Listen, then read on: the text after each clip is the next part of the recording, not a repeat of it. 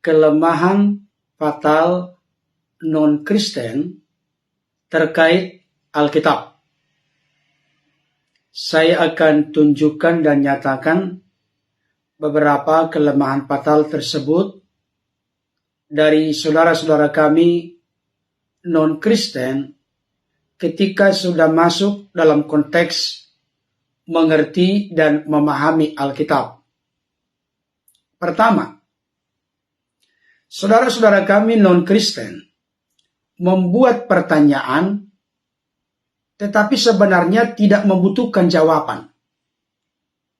Pertanyaan dibuat hanya dengan maksud dan tujuan untuk memojokkan, bahkan barangkali juga untuk mengskakmat sehingga tidak berkutik dan tidak berdaya.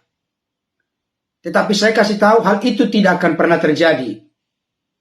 Sekalipun motivasi dan alasan untuk bertanya itu adalah tidak ada kemurnian dan ketulusan untuk mengerti dan memahami Alkitab. Kelemahan fatal yang kedua adalah merasa orang-orang non-Kristen lebih menguasai, mengerti dan memahami Alkitab daripada orang-orang Kristen. Oleh karena itu, ketika kita melihat komentar yang dituliskan, mereka membuat konklusi-konklusi, kesimpulan-kesimpulan ajaran yang nyeleneh. Ajaran yang asing, yang sebenarnya hal itu tidak pernah diyakini dan dipercayai oleh orang-orang Kristen manapun. Jadi, mereka sudah merasa lebih tahu, lebih mengerti, lebih menguasai Alkitab dibanding dengan orang-orang Kristen. Hal yang sama ingin saya tandaskan kepada saudara-saudaraku non-Kristen. Bagaimana kalau kami merasa kami lebih tahu kitab sucimu daripada Anda sendiri? Bagaimana perasaanmu? Kira-kira apa yang menjadi respon dan tanggapanmu? Kami tafsirkan, kami artikan kitab sucimu sesuai dengan selera, keinginan, kemauan, pengertian, pemahaman kami tentang iman kami. Saya yakin Anda akan kebakaran jenggot. Yang ketiga, kelemahan fatal. Yang ketiga adalah saudara-saudara kami non-Kristen. Mereka itu ingin mengajari kami orang-orang Kristen tentang Alkitab, padahal sebenarnya mereka yang perlu diajari karena mereka belum mengerti dan belum memahami apa-apa tentang Alkitab. Kategori mereka adalah kategori orang-orang yang asal bunyi. Mohon maaf tanpa mengurangi rasa hormat, rasa kasih saya kepada saudara-saudaraku non-Kristen yang suka membahas Alkitab.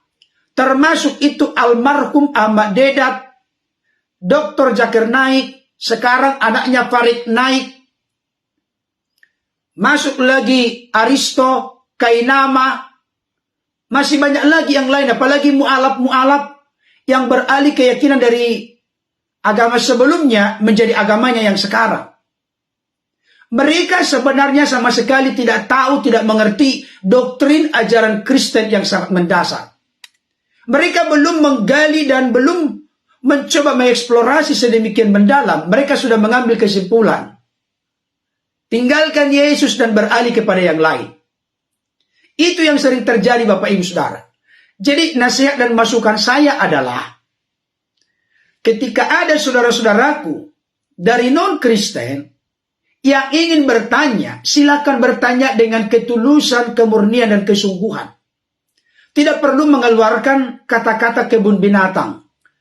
Karena Anda itu orang beragama, marilah buat pertanyaan yang beradab. Bukan pertanyaan seperti kebun binatang. Karena komentarmu adalah cerminan dari keyakinanmu, cerminan dari doktrin dan ajaranmu. Ya, ini jelas. Contoh, saya mau tunjukkan satu contoh, dan ini kelemahan fatal yang terus-menerus bertubi-tubi diulang, tetapi tidak mau dengan rendah hati untuk belajar. Apa itu? Saya bacakan satu ayat. Ayat ini harus dimengerti dan dipahami dengan tepat. Kalau tidak, Anda non-Kristen selamanya permanen tertutup, terkunci hati pikiranmu, tidak akan menemukan kebenaran yang memerdekakan, kebenaran yang menyelamatkan, yang memberikan garansi, jaminan, kepastian, keselamatan, hidup yang kekal, surga yang mulia di dalam dan melalui Kristus. 1 Korintus 6 ayat 14 dikatakan demikian. Allah yang membangkitkan Tuhan akan membangkitkan kita juga oleh kuasanya. Saya ulangi kembali. Ini Alkitab yang menegaskan. Kalau Anda tidak percaya Alkitab, itu urusanmu. Jangan paksakan orang Kristen tidak percaya Alkitab seperti engkau berpikir tidak percaya Alkitab. Itu urusanmu. Kalau Anda percaya kitab suci lain, silahkan. Tapi kami orang Kristen, kami percaya Alkitab. Jangan memaksakan kehendak. Saya baca untuk kita. Allah yang membangkitkan Tuhan akan membangkitkan kita juga oleh kuasanya. Coba soroti, perhatikan kata-kata ini. Allah yang membangkitkan Tuhan. Kalau saudara-saudaraku non-Kristen mengartikan Tuhan di sini adalah sama dengan Allah, akan menjadi aneh bunyi firman Tuhan ini. Allah yang membangkitkan Tuhan. Kalau Tuhan di situ adalah Allah, mana mungkin Allah membangkitkan Allah? Saya ulangi kembali. Allah yang membangkitkan Tuhan. Kalau Tuhan di situ pengertiannya adalah Allah, maka mustahil firman ini berbunyi demikian. Karena tidak mungkin Allah membangkitkan Allah. Berarti ketika dikatakan Allah yang membangkitkan Tuhan, berarti pengertian Tuhan bagi Yesus berbeda dengan Allah. Ini yang tidak dimengerti, tapi sok tahu, sok mengerti, sok lebih menguasai, tapi nggak ngerti apa-apa. Tuhan mati. Bagaimana mungkin Tuhan mati? Tuhan itu jabatan, kepenguasaan, gelar, fungsional. Masa kita sebut jabatan mati? Dari mana ceritanya jabatan mati? Ini yang tidak dimengerti oleh saudara-saudaraku non-Kristen, tapi selalu merasa lebih tahu, lebih mengerti. Makanya kemarin itu saya buat tantangan dan tidak ada yang bisa menjawab. Bedakan dulu Yesus itu Tuhan dengan Allah itu Tuhan, kapital semua huruf besar. T-U-H-N huruf besar. Gak ada yang bisa menjawab. Satu orang pun gak ada. Karena apa? Karena Anda bertitik tolak berangkat dari doktrin ajaranmu, tiada Tuhan selain Allah. Allah lah Tuhan itu, Tuhanlah Allah itu. Bagi kami orang Kristen berbeda. Allah itu Tuhan, Yahweh, berbeda dengan Yesus itu Tuhan. Dan itu dijelaskan dalam firman Tuhan ini. Allah yang membangkitkan Tuhan. Berarti pengertian Tuhan di sini merujuk kepada Yesus. Tidak mungkin artinya Allah. Nangkap gak ini? Kalau ini juga gak nangkap, maka Anda akan tetap permanen terkunci, tertutup hati pikiranmu dalam kegagalpahaman, ketidakmengertian. Bagi kami orang Kristen, Yesus itu Tuhan, bukan otomatis artinya Allah. Karena Yesus itu Tuhan dalam pengertian Lord, Kurios, penguasa, junjungan, raja, gusti. Bukan dalam pengertian God, Theos, Allah. Saudara-saudaraku non-Kristen tidak paham ini dan akan terus merocos merasa lebih tahu, lebih mengerti. Tapi Anda nol sama sekali gak ngerti apa-apa. Mohon maaf, ini saya harus tegas menyampaikan ini karena kasihan sekali. Gak pernah lulus. Padahal ini sebenarnya pelajaran TK ini. Tapi sudah sok mengajari orang-orang Kristen, pelajaran TK pun belum lulus. Ini sedih sekali ini saudara-saudaraku non-Kristen. Saya sebenarnya tahu ajaran-ajaran lain di luar Kristen, tapi saya tidak mau karena saya tahu hukum di Indonesia ini nggak adil dalam konteks agama. Jadi jangan berpikir kita tidak tahu keyakinan orang lain di luar sana. Tahu kita. Mengerti kita, memahami kita. Tapi kita menghargai keperbedaan pengertian, pemahaman, keimanan orang lain kita hargai. Sekalipun berbeda dengan kita. Tidak perlu keluar kebun binatang. Itulah kedewasaan dalam beragama. Tapi saudara-saudaraku non-Kristen banyak bergabung di sini. Tidak punya kedewasaan sama sekali dalam beragama. Yang keluar dari komentarnya adalah komentar-komentar yang tidak patut, tidak menunjukkan ciri orang itu sebagai orang yang beragama. Sangat kasihan. Jadi, tolong kita perhatikan dengan tegas. Ayat ini berkata, 1 Korintus 6 ayat 14, Allah yang membangkitkan Tuhan. Pengertian Tuhan bagi Yesus tidak otomatis artinya Allah. Kalau begitu Pak Pendeta berarti Yesus bukan Allah. Tunggu dulu. Yesus meyakini orang Kristen meyakini mempercayai Yesus itu adalah Allah. Bukan dalam tubuh jasmani fisik kemanusiaannya. Saya ulangi kembali, supaya Anda jangan permanen gagal paham. Orang Kristen meyakini mempercayai Yesus itu Allah, bukan dalam tubuh jasmani fisik keadaannya sebagai manusia. Tidak. Yesus dalam keadaan sebagai manusia adalah buah rahim Maria yang dilahirkan oleh Bunda Maria yang mana 33,5 tahun ada di dunia ini. Yesus dalam keadaan sebagai manusia adalah makhluk Allah, ciptaan Allah. Jadi jangan tuduhkan yang tidak kau ngerti.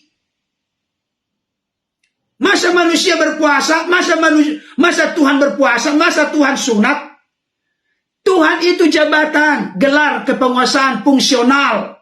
Bukan Tuhan di situ pengertiannya Allah. Bukan. Yesus itu diyakini orang Kristen sebagai Allah. Dalam eksistensi kekekalan sebagai firman Allah.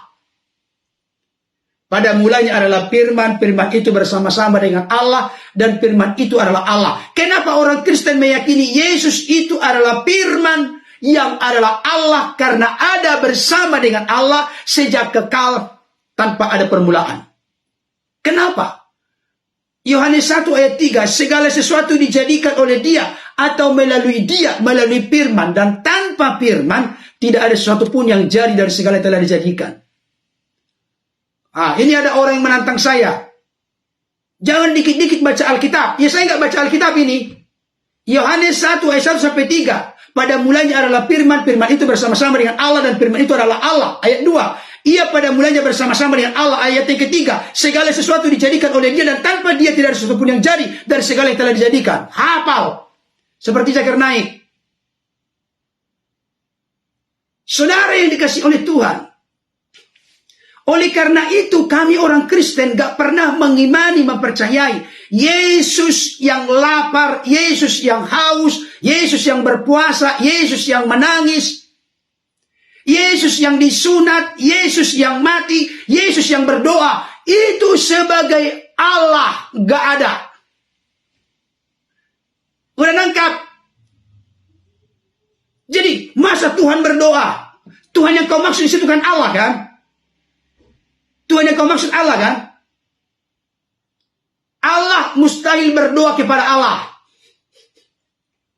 Yesus dalam keberadaan sebagai firman mustahil berdoa kepada Allah yang adalah Bapa. Tapi Yesus dalam keadaan sebagai manusia, bisa dia sebagai status hamba yang diutus sebagai nabi, sebagai rasul, sebagai utusan. Itu semua terkait dengan tugas tanggung jawab kemesiasannya, diutus oleh Bapa ke tengah-tengah dunia. Ada lagi yang mengutip, Yesus tidak dapat berbuat apa-apa dari diri sendiri. Yes, 100% benar. Karena apa? Pertama, jawaban pertama, Yesus dalam keadaan sebagai manusia, dia tunduk mutlak kepada Bapa. Yang kedua, Yesus dalam eksistensi keberadaan sebagai firman mustahil melakukan sesuatu yang kontradiksi bertentangan dengan Bapa. Karena apa yang dikehendaki oleh Yesus persis sama dengan apa yang dikehendaki oleh Bapa. Apa yang dikehendaki Bapa mustahil berlawanan dengan apa yang dikehendaki Yesus. Jadi apa yang dikerjakan oleh Yesus pasti klop, cocok, sesuai dengan kehendak Bapa, keinginan Bapa, pekerjaan Bapa. Karena Yesus dan Bapa adalah satu dalam hakikat. Tetapi punya perbedaan realita konkret, kenyataan yang ada. Saudara yang dikasihi oleh Tuhan, saya ingin sampaikan ini berulang-ulang kepada saudaraku dimanapun berada. Saya ingin kasih masukan dan saran kepada saudara-saudaraku non-Kristen. Pertama, jangan engkau dasarkan pengertian pemahamanmu tentang Alkitab, tentang Kristen, tentang doktrin ajaran Kristen dari guru-gurumu yang salah mengerti memahami Alkitab. Kenapa saya katakan demikian? Setelah saya cek dan recheck data, ternyata pertanyaan-pertanyaan saudara-saudaraku non-Kristen, itu semua adalah pertanyaan-pertanyaan yang diajukan oleh Ahmad Dedat, Zakir Naik, siapa lagi? Ternyata tidak ada sesuatu yang baru, makanya saya sebut dengan pertanyaan kuno. Pertanyaan usang, dan orang Kristen sudah menjawabnya. Tapi Anda non-Kristen tidak membutuhkan jawaban. Hanya ngoceh ngerocos saja ngelantur, tapi tidak memiliki hati terbuka untuk mengerti memahami doktrin ajaran Kristen. Saya kasih kesimpulan yang kedua. Perhatikan baik. Kalimat ini harus tertancap di hati saudara-saudaraku non-Kristen kalau Anda ingin cerdas. 1. Jangan pernah menilai Yesus bukan ilahi atau bukan Allah dari ciri-ciri fakta-fakta kemanusiaannya. Kami pun tidak pernah melakukan itu. Kemanusiaan Yesus tidak pernah kami buat argumentasi alasan sebagai bukti dia ilahi. Tidak mungkin. Yesus yang berdoa dalam keadaan sebagai manusia. Yesus yang mati dalam keadaan sebagai manusia. Itu semua ada tertulis di Alkitab. Filipi 2 ayat ke-8. Dan dalam keadaan sebagai manusia, ia taat sampai mati, bahkan sampai mati, taat mati di kayu salib. 1 Petrus 3:18, dia yang dibunuh dalam keadaan sebagai manusia. Jadi dalam keadaan sebagai manusia, termasuk di Taman Getsemani, ketika Yesus berdoa, ya Bapa, kalau boleh biarlah cawan ini berlalu daripada aku, tetapi janganlah kehendakku, melainkan kehendakmu yang jadi. Sampai 3 kali berdoa yang sama. Bahkan sampai datang malaikat Tuhan memberi kekuatan kepadanya. Anda langsung membuat pernyataan, masa Tuhan diberi kekuatan oleh malaikat? Yesus dalam keadaan sebagai manusia mutlak bergantung kepada Bapanya. Dan jangan lupa, Yesus dalam keadaan sebagai manusia lebih rendah, lebih kecil daripada Bapa. Ada ayatnya, Yohanes 14 ayat 28. Kami tahu ayat itu, tapi gak pernah meracuni membuat kami ragu akan keyakinan kami akan eksistensi kekekalan Yesus sebagai firman. Jangankan lebih rendah dari Bapa dalam keadaan sebagai manusia, Yesus itu dalam waktu yang singkat lebih rendah daripada malaikat. Daripada malaikat. Kami tidak pernah jadi ragu, waduh, Yesus berarti lebih rendah dalam waktu singkat daripada para malaikat. Waduh, kalau begitu Yesus bukan Tuhan, Yesus bukan Allah. Bukan. Dalam waktu yang singkat maksudnya, dalam keadaan selama Yesus dalam keadaan sebagai manusia. Itu maksudnya, makanya itu tertulis jelas di dalam Ibrani pasal 2 ayat 7 sampai 9. Jadi tidak ada sesuatu yang meragukan bagi kami. Kalau menurut saya, Bapak Ibu Saudara, ada banyak orang berkata, omong kosong, malas mendengar. Kesimpulan saya hanya satu. Apa itu kesimpulannya? Bapak Ibu Saudara non-Kristen, kenapa tidak suka dengan penjelasan saya? Karena apa yang saya jelaskan tidak klop, tidak cocok, tidak sesuai dengan keyakinanmu, doktrinmu, ajaranmu, agamamu, kitab sucimu. Ya sudah, kalau berbeda, saling menghargailah kita. Jangan paksakan kehendak, tidak usah mengolok-olok, menghina, merendahkan. Saya juga tahu keyakinanmu, saya juga tahu keimananmu, tapi saya kan gak pernah merendahkan. Saya menghargai. Karena masing-masing kita punya pertanggungjawaban di hadapan Tuhan. Apalagi nanti Yesus datang sebagai hakim yang adil. Dia akan menghakimi semua orang yang pernah hidup dalam dunia. Siapapun dia. Sebesar apapun ketokohannya. Sebanyak apapun pengikutnya. Ada saat dan waktu akan berhadapan dengan penghakiman terakhir dari Yesus.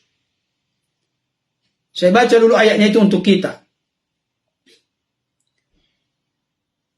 Filipi pasal 2 ayat 9 sampai 11.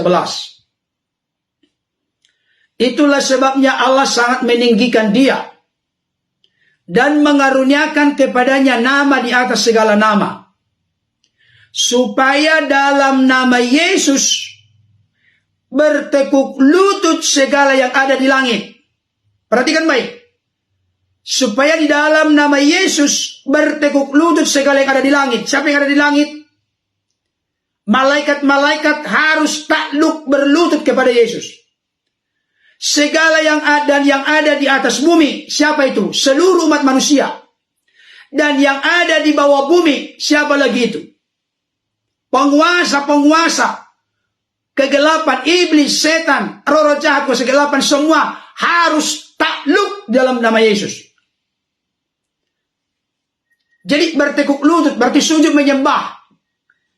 Segala yang ada di langit, yang ada di bumi, yang ada di bawah bumi, ada saatnya harus sujud menyembah. Tidak boleh tidak dalam penghakiman terakhir ini terjadi. Kalau sekarang masih banyak orang yang suka melecehkan, menghina, merendahkan Yesus.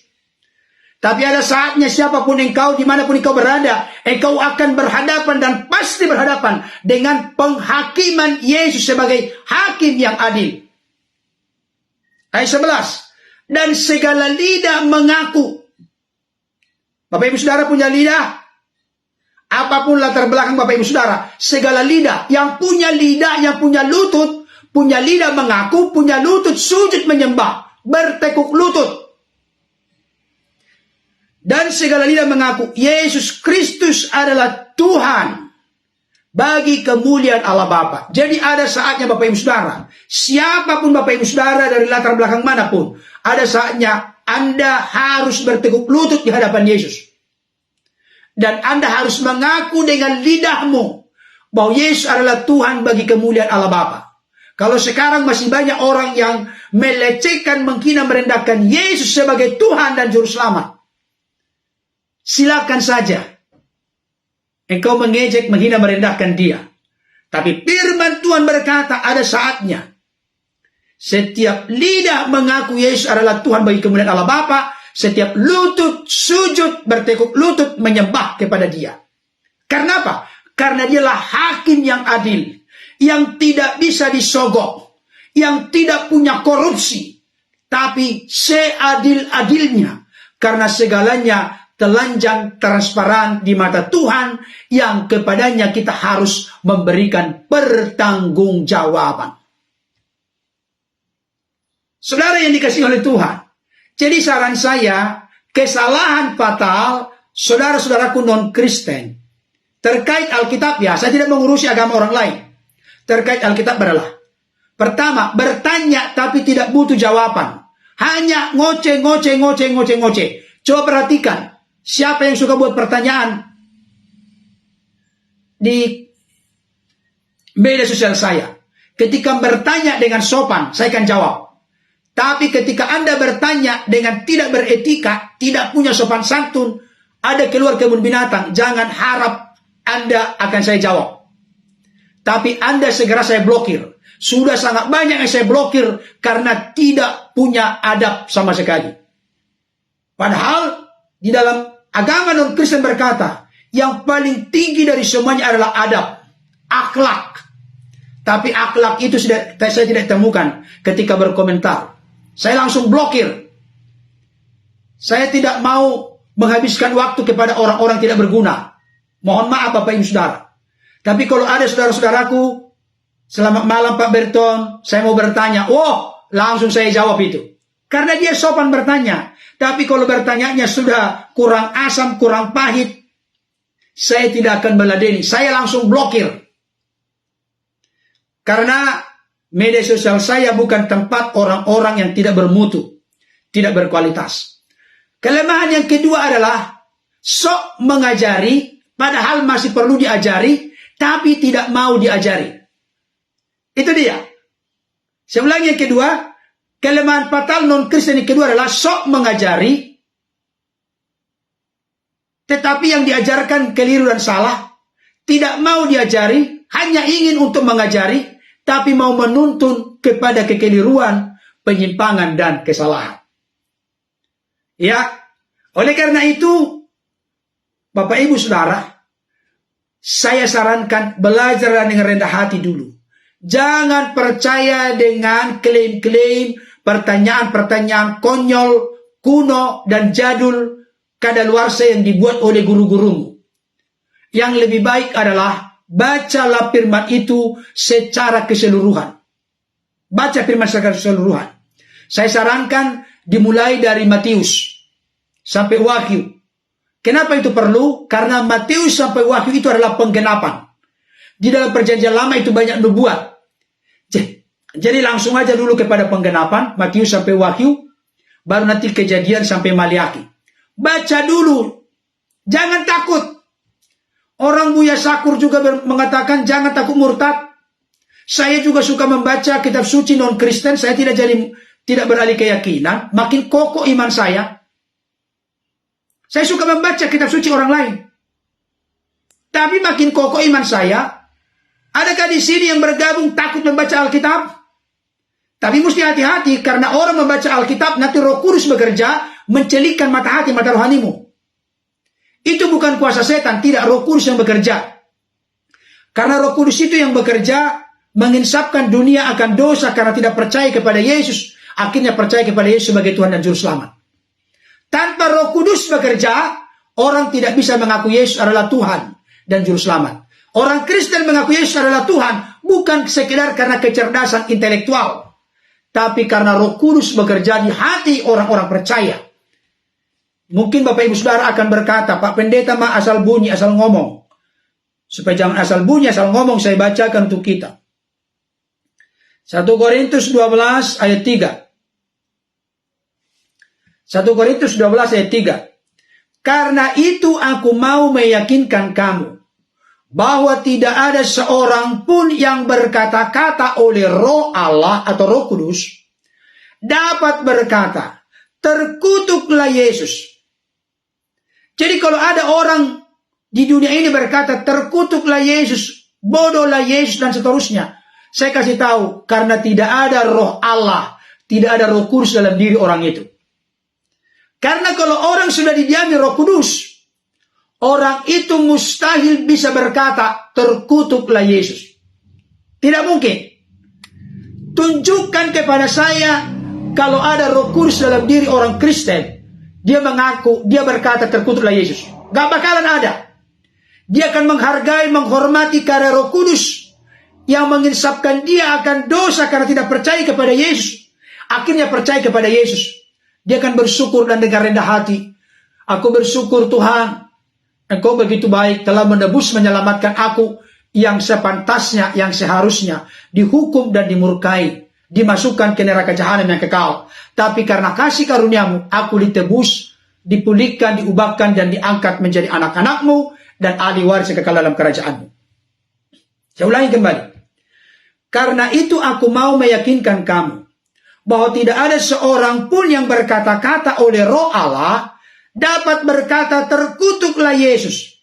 Dan tidak ada seorang pun, siapapun, dari suku, ras, golongan, agama manapun, dan tidak ada seorang pun yang dapat mengaku Yesus adalah Tuhan selain oleh Roh Kudus. Udah jelas? Jadi Bapak Ibu Saudara yang belum mengaku Yesus adalah Tuhan karena belum ada Roh Kudus dalam dirimu. Saya berdoa, Roh Kudus mencelikkan mata hati, mata rohanimu, menginsapkan, menyadarkanmu, sehingga engkau sadar akan dosamu. Dosa apa? Dosa karena tidak percaya kepada Yesus. Dengan Roh Kudus bekerja berkarya menginsapkan dirimu akan dosamu karena tidak percaya kepada Yesus.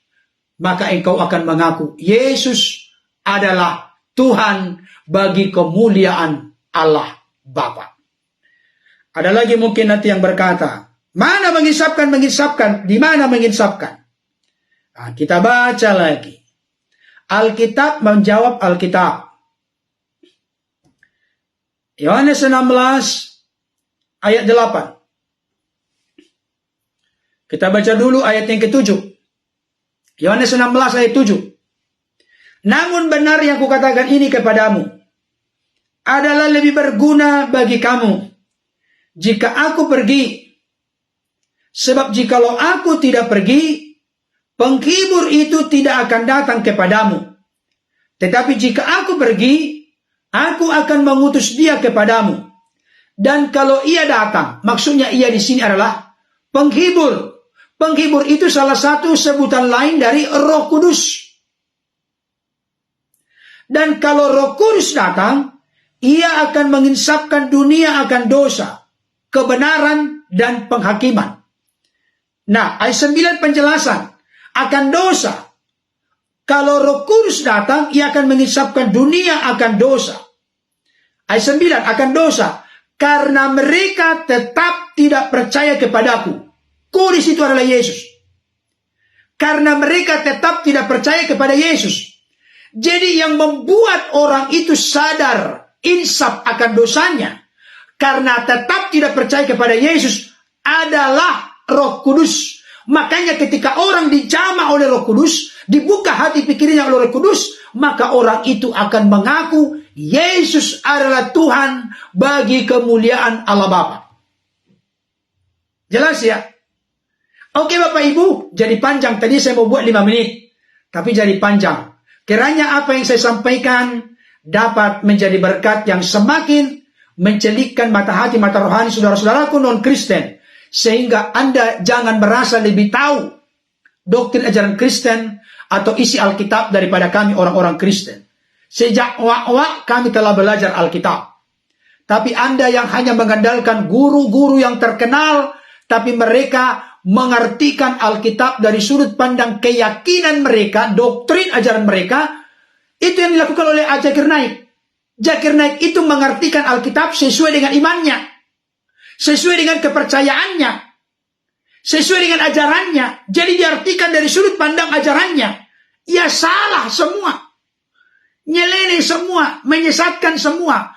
Kalau saran saya, belajarlah Alkitab itu tanpa harus dikotori, dicemari hati pikiranmu oleh guru-gurumu yang salah mengartikan, memahami ajaran kekristenan. Oke Bapak Ibu Saudara, salam untuk keluarga, sampai bertemu kesempatan berikutnya. Tuhan Yesus memberkati. Terima kasih bagi saudara-saudaraku yang sudah berkenan bergabung, menuliskan komentar, bisa komentar yang membangun, komentar yang aduhai. Tuhan memberkatimu. Kami diajarkan, berkatilah, jangan mengutuk. Karena untuk itulah kamu dipanggil, yaitu untuk memperoleh berkat. Bagaimana cara memperoleh berkat? Dengan cara memberkati orang-orang yang berperilaku, berkata-kata, berkomentar yang jahat kepada kita. Kita balas kejahatan dengan kebaikan. Jangan kejahatan dengan kejahatan. Kalau kejahatan dibalas dengan kejahatan, itu sama dengan dunia. Tapi kita bukan dunia. Kita adalah orang-orang percaya pengikut Yesus yang telah dipanggil dari dunia. Hidup kita tidak boleh menjadi serupa dengan dunia, tapi hidup kita harus menjadi serupa seperti Kristus. Tuhan Yesus memberkati. Dadah.